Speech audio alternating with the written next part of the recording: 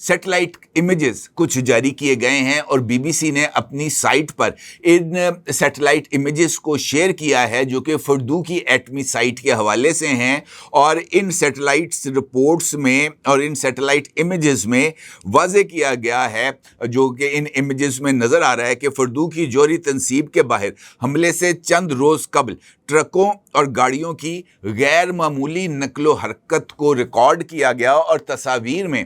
جو تصاویر be B C نے اپنی ویب سائٹ پر جاری کی ہیں ان کے مطابق کم از کم 18 ٹرک، بڑے ٹرک فردو کی ایٹمی سائٹ کے قریب دیکھے گئے ہیں۔ وہاں پر وہ پارک تھے، جس کے بعد ایران کے حکام کی طرف سے یہ دعویٰ کہ ان نیوکلیئر سائٹ سے تمام حساس مواد، عملہ اور سائنٹسٹ کو ہٹا دیا گیا تھا، یہ بات درست معلوم ہوتی ہے۔ اس کے ساتھ ساتھ ایک اور بڑی زبردست خبر سامنے آئی ہے، اور وہ ایک ٹیلی فونک کانورسیشن کی لیکیج کی خبر ہے، اور اس کے اندر امریکن جو نائب صدر ہیں ڈی جے وینس، ان کی ایک اسرائیلی جو حکومتی عہدیدار ہیں، ممکنہ طور پر وہ اسرائیلی وزیر دفاع ہیں، ان کے ساتھ گفتگو جو ہے اس کا ایک حصہ لیک ہوا ہے، اور اس حصے میں تلخ جملوں کا تبادلہ ہوا ہے جے ڈی وینس کا اسرائیلی وزیر کے ساتھ، جس میں اسرائیلی وزیر جے ڈی وینس کے اوپر دباؤ ڈالتے ہوئے نظر آ رہے ہیں کہ فوری طور پر ایران کی نیوکلیئر سائٹس پر اٹیک کیا جائے، بلکہ وہ اس بات کا بھی دھمکی دے رہے ہیں امریکن نائب صدر کو کہ اگر آپ کی طرف سے حملہ نہ کیا گیا تو پھر ہم اپنے طریقے سے، اپنے مرضی کے ہتھیار سے حملہ کریں گے ایرانی نیوکلیئر سائٹس پر، اور اس کے بعد جو بھی صورتحال سامنے آئے گی وہ آپ کی ذمہ داری ہوگی۔ وہ کہتے ہیں نا، پنجابی کہتے ہیں ساڈا زما اوش پوش، اس طرح کی صورتحال تھی، جس پر جے ڈی وینس جو ہیں ان کو مخاطب کرتے ہوئے دکھائی دیتے ہیں، ان سے کہتے ہیں کہ 2 دن کا ٹائم ابھی ہمیں چاہیے، کیونکہ ڈپلومیٹک چینلز اس وقت کھلے ہوئے ہیں۔ یورپی ممالک کے وزراء خارجہ کی ایرانین وزیر خارجہ سے ملاقات ہوئی ہے، اب ہمیں اس پیش رفت کا ذرا تھوڑا سا انتظار کرنا چاہیے، اس کے بعد دیکھیں گے کہ اگر ڈپلومیٹک چینلز ناکام ہوتے ہیں تو پھر جو ہے ایران کے اوپر حملے کا سوچا جا سکتا ہے۔ اور پھر وہ جے ڈی وینس یہ کہتے ہوئے بھی پائے گئے ہیں کہ امریکہ اس جنگ میں شامل ہونے کے لیے تیار نہیں ہے، آپ ہم کو زبردستی اس جنگ میں شامل کرنے پر مجبور نہ کریں، اور ان جملوں کے بعد جو تلخی ہے دونوں طرف وہ نظر آ رہی ہے۔ تو اس گفتگو کے سامنے آنے سے یہ تاثر تو یقینی طور پر پہلے بھی موجود تھا، اب اور زیادہ جو ہے وہ طاقت کے ساتھ سامنے آ رہا ہے کہ امریکہ میں موجود یہودی لابی، جو کہ یقینی طور پر بہت پاورفل بھی ہے امریکہ کی ہائی اپس کے اندر، امریکن اسٹیبلشمنٹ کے اندر، اور چونکہ وہ سب سے زیادہ با اثر لوگ ہیں، امیر لوگ ہیں، یہ وہی یہودی لابی ہے جس نے ڈونلڈ ٹرمپ کی الیکشن کیمپین کے لیے بھی ملینز آف ڈالرز جو ہیں وہ ڈونیشن دیے تھے۔ تو ممکن نہیں ہے کہ جن سے آپ نے پیسے لیے ہوں ان کو آپ انکار کر دیں، لہٰذا بے شک جے ڈی وینس ہوں یا دیگر امریکی عہدیدار ہوں، امریکن کانگریس ہو، اگر آپ اس کو نظر انداز کر کے محض اپنے فائنینسرز کو خوش کرنے کے لیے اس طرح کی کارروائی کریں گے تو پھر اس کے نتائج تو بھگتنا ہوں گے۔ آپ کو یاد ہے کہ میں نے گزشتہ ویڈیو میں آپ کو آگاہ کیا تھا کہ کانگریس اور خود ریپبلکن سینیٹرز بھی ڈونلڈ ٹرمپ کے اس اقدام پر خوش نہیں ہیں۔ ان کا یہ کہنا تھا کہ کانگریس کو بائی پاس کر کے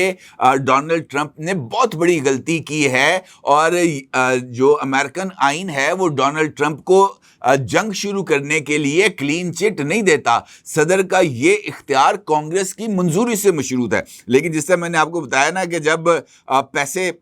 لیے ہوں تو پھر ذرا صورتحال ذرا تھوڑی سی گمبھیر ہو جاتی ہے۔ یہی مجھے معاملہ اس وقت نظر آ رہا ہے، خاص طور پر امریکن پرسپیکٹو میں، جہاں پر ایک جانب پریزیڈنٹ ڈونلڈ ٹرمپ اس بات کا اظہار کرتے ہیں، اور وہ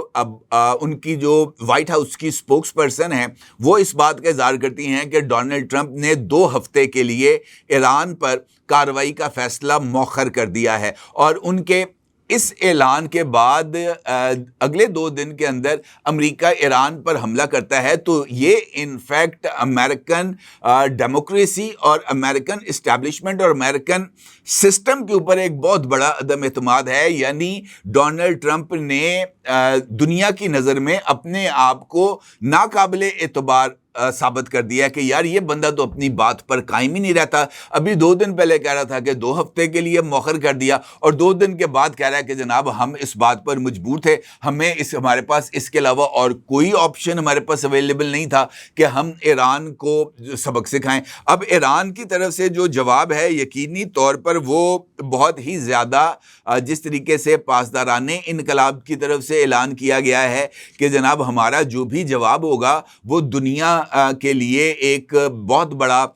جو ہے وہ پیغام ہوگا کہ کس طریقے سے آپ لوگوں نے ایران کی سالمیت کو یا ایران کی جو خود مختاری ہے اس کو چیلنج کرنے کی جرت کی ہے. لہٰذا یہ سچویشن یقینی طور پر جو سامنے آ رہی ہے وہ اس بات کی طرف اشارہ کر رہی ہے کہ اس خطے کے اندر جنگ کے جو امکانات ہیں وہ نہ صرف بڑھتے چلے جا رہے ہیں بلکہ امریکی اہداف کو ایران کی طرف سے نشانہ بنانے کی صورت میں امریکہ جو ہے وہ حملہ آور ہو سکتا ہے ایران پر. اسی طرح سوشل میڈیا پر ایک جو پوسٹ ہے وہ وائرل ہے، اور وہ ایک امریکن میگزین ہے ان کے ایڈیٹر کی پوسٹ ہے جس میں وہ اس بات کا اظہار کرتے ہوئے نظر آ رہے ہیں کہ امریکہ نے ایران پر حملے سے قبل ہی ایران کو کسی چینل سے یہ پیغام پہنچا دیا تھا کہ جناب ہم حملہ کرنے جا رہے ہیں، تو آپ نے جو کچھ کرنا ہے وہ کر لیں. اس طرح کی بھی کوئی سوشل میڈیا کے اوپر جو پوسٹ ہیں وہ وائرل ہیں اور اس کے بعد یہ پیغام بھی آ رہا ہے کہ قاسم سلیمانی کی شہادت کے بعد جب ایران نے اس بات کا اظہار کیا تھا کہ ہم امریکی اہداف کو نشانہ بنائیں گے، تو اس ایئر بیس پر جس کے بعد ایران نے اٹیک کیا تھا اس ایئر بیس کو خالی کرا لیا گیا تھا اور ایران کو راستہ دیا گیا تھا کہ جناب وہ حملہ کر کے سکور کو سیٹل کر لے. اس طرح کی کچھ سچویشن کی بات سامنے آ رہی ہے. اب دیکھنا یہ ہے کہ اس سارے معاملے کو آگے کیسے بڑھایا جائے گا، اور وہ جو مگرمچھ کے آنسو بہانے والے پولیٹیکل کریکٹر ہیں انڈیا کے، وہ ان کو اب جو ایران ہے ان کے بارے میں اب مستقبل میں کیا رائے رکھے گا، کیونکہ یہ وہی لوگ ہیں جنہوں نے ایران پر اٹیک کرنے کے لیے را اور موساد کا الائنس کرایا تھا. یہ وہ لوگ ہیں جنہوں نے مل کر تہران کے قریب ایک جو ہے وہ خفیہ اڈا بنایا تھا جہاں پر یہ لوگ ڈرونز کو اسمبل کر رہے تھے. یہ وہی ڈرونز تھے جنہوں نے اسرائیل کی ایئر سٹرائک سے پہلے مختلف مقامات پر جا کر اٹیک کیا تھا، اور اس کے بعد اسرائیلی طیارے آئے تھے. تو لہٰذا ایران پر اسرائیلی سٹرائک سے پہلے اور اسرائیلی سٹرائک کے بعد ایران جو ہے وہ کس طریقے سے بھارت کے اس کردار کو فراموش کر سکتا ہے. مجھے نہیں لگتا کہ اب جو سچویشن ہے اس جنگ کے بعد بھارت اور ایران کے تعلقات ویسے رہیں گے. اس بات کے امکانات کم نظر آ رہے ہیں. چاہے نریندر مودی سوشل میڈیا پر یا ایرانین پریزیڈنٹ کے ساتھ گفتگو میں جتنے مرضی مگرمچھ کے آنسو بہائے، حقیقت اب سب کے سامنے آ چکی ہے. اپنے ضرور اظہار کیجیے گا. آپ کا بہت شکریہ. اللہ حافظ.